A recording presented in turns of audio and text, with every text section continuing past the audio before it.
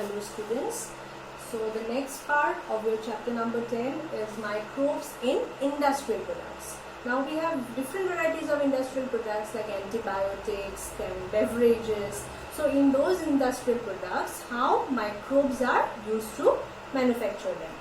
So in order to manufacture or produce those products, what we need is large vessels, okay, for fermentation. So the large vessels which are used for fermentation of the product is or are called fermenters. So those are called fermenters. So what will be the definition of fermenters? These are large vessels for large scale production of any desirable product, because the product is the thing which we desire, which we need, of any desirable product using what? Using microbes. Okay. So, we'll see different types of industrial product and what microbe is used. So, the first is fermented beverages. Now, what are fermented beverages? Fermented beverages are beer, wine, whiskey, etc. These are fermented beverages. Now, which microorganism is responsible for these fermented beverages? The one which we got in last class means which was used for making bread. Saccharomyces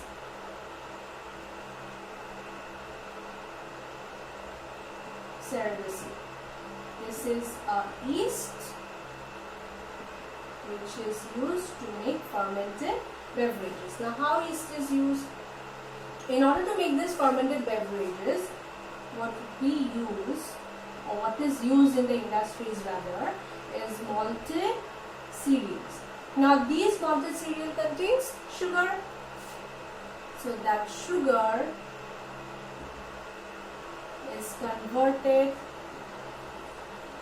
to ethanol and carbon dioxide by the yeast.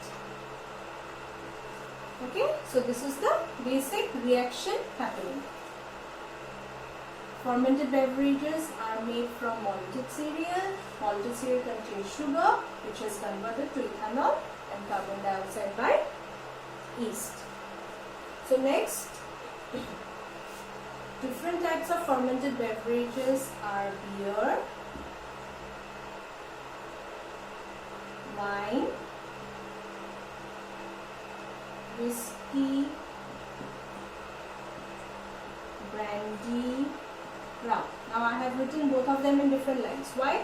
Because beer and wine is obtained without distillation. Distillation is not done.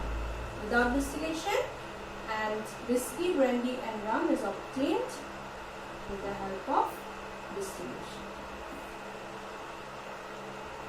Okay, so this is about fermented beverages.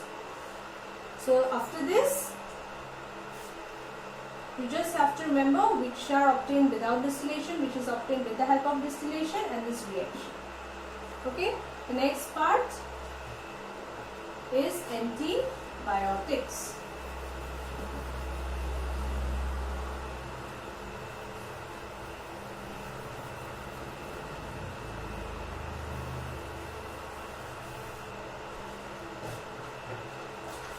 So the next is antibiotics. Now when we hear of antibiotics, we generally remember it as a medicine which is taken when we are ill or we have fever. So what is this antibiotic?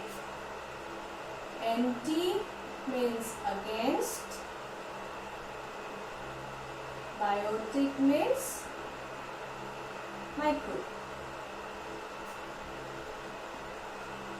So antibiotic is any chemical which will act against the microbe. Any chemical which will act, chemical that acts against microbe. Now next very important question. What was the first antibiotic to be discovered? Penicillin, which was discovered by Alexander Fleming in 1928. Just remember the year. Okay. Penicillin is the first antibiotic discovered by Alexander Fleming in 1928. So this discovery is said to be a chance discovery. Means it wasn't planned. Why it is said to be a chance discovery? Because while Alexander Fleming was working in his lab, he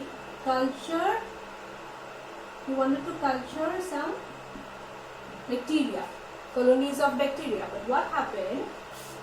He had to go somewhere. So after 1 week, he found that there was no growth of any bacteria in the culture, but he found a fungal colony. He found a fungal colony. That fungal colony is penicillin. Okay? So that fungal colony is penicillin. Not penicillin, sorry. That fungal colony is penicillium. Okay. Penicillin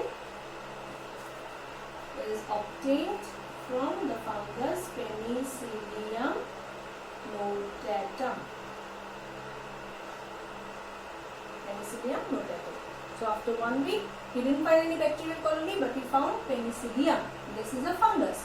Now, because he gave the nutrition for bacteria, but what grew? Fungus. That means he came to know that this had certain property due to which it killed the microbes or the bacteria, and only the fungus grew. Okay. So from this, the antibiotic penicillin was obtained, which is used, and after that many antibiotics came into discovery. Nowadays, we have a lot of antibiotics for any disease. Now, Alexander Fleming only discovered the penicillin. After him, two scientists, Ernest Chain and Howard Florey. These two scientists discovered the potential of penicillin and gave this antibiotic to the soldiers of World War II. Okay. And so they discovered the potential of penicillin. And the three of them, Alexander Fleming, Ernest Chain, Howard Florey, got the Nobel Prize for this discovery in 1945. Okay, so in 1945, these three of them got Nobel Prize. Okay, so antibiotics is done. Next, we have, you can see your NCERT book. Next, we have chemicals, enzymes, and some bioactive molecules. Chemicals, enzymes, and bioactive molecules. I'll prepare a table now. You can copy that table in your copy and just learn that table. That will be enough. Okay. So chemicals, enzymes, and bioactive molecules.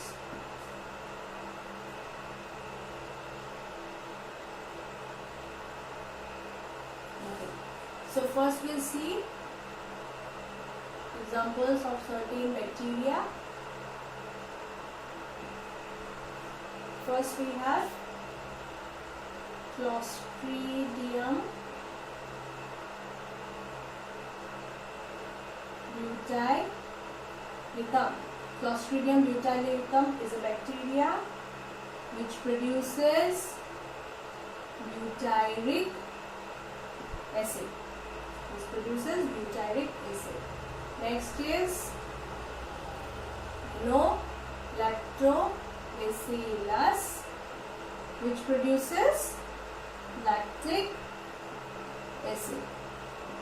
These are examples of certain bacteria which produces certain chemicals. Okay. So Clostridium butylicum, butyric acid, Lactobacillus, lactic acid. Then we have Acetobacter aceti. As the name suggests, acetic acid. Okay. So these three are chemicals. These two are used as preservatives.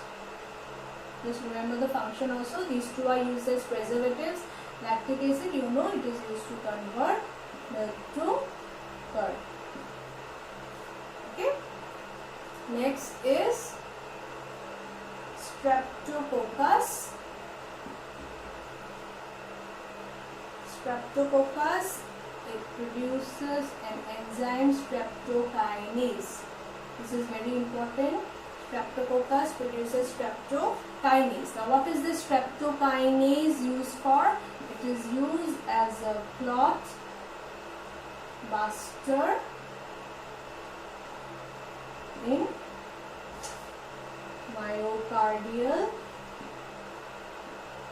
infarction patients. Okay, so streptokinase, this is very important. This generally comes in exam.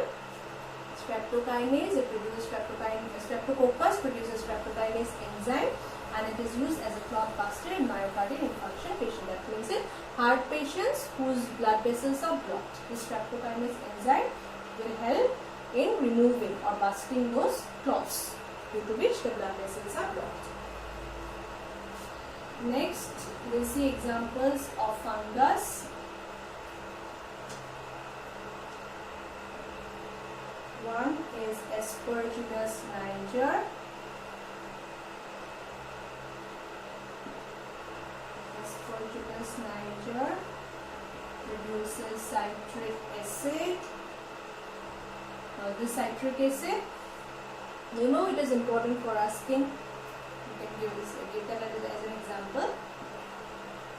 Then next is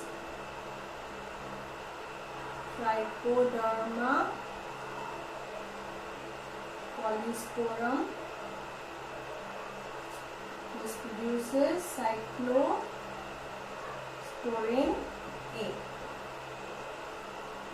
Cyclosporin A, this is an immunosuppressive agent. Immunosuppressive agent in the case of organ transplantation. Next is Monescus